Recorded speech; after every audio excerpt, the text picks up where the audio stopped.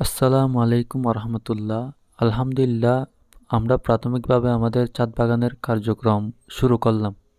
প্রথমেই আমরা আমাদের ছাদের এক পাশে করে প্রায় 40 ফিট লম্বা, 4 ফিট প্রস্থ এবং 15 ইঞ্চি উচ্চতা বিশিষ্ট একটি বেড তৈরি করি, যার চতুর্দিকে আমরা ইটের দেওয়াল তুলে দিই।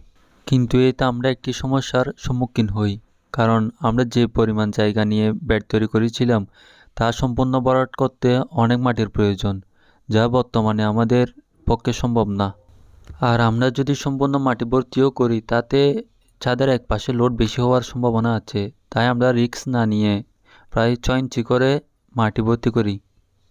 আর আমরা ছাদের সুরক্ষার জন্য প্রথমে সিমেন্টের বস্তা, তার উপর পলিথিনের ত্রিপল বিছিয়ে দিই, যাতে অতিরিক্ত পানি ছাদের কোনো ক্ষতি করতে না পারে। এতে করে মাটিও ছাদের কোনো ক্ষতি করতে পারে না।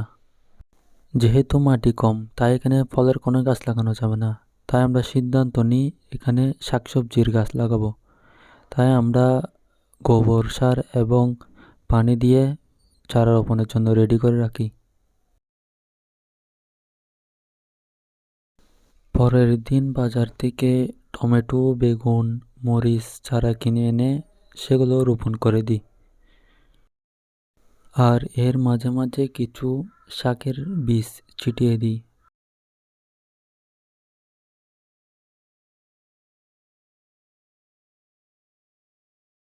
আর এ পাশের খালি জায়গাটিতে কপি শাক এবং ধনেপাতার বীজ ছিটিয়ে দিই।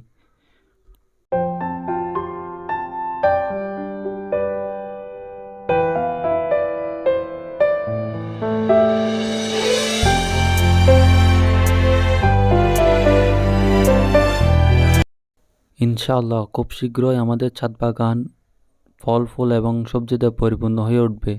আর ছাদ বাগান সম্পর্কে আমার বিভিন্ন অভিজ্ঞতার কথা, সমস্যা এবং পরামর্শের কথা আপনাদের মাঝে শেয়ার করব। তাই আপনারা সবসময় আমার পাশে থাকবেন, নিজে ভালো থাকবেন, অন্যকে ভালো রাখবেন। আসসালামু আলাইকুম রহমতুল্লাহ।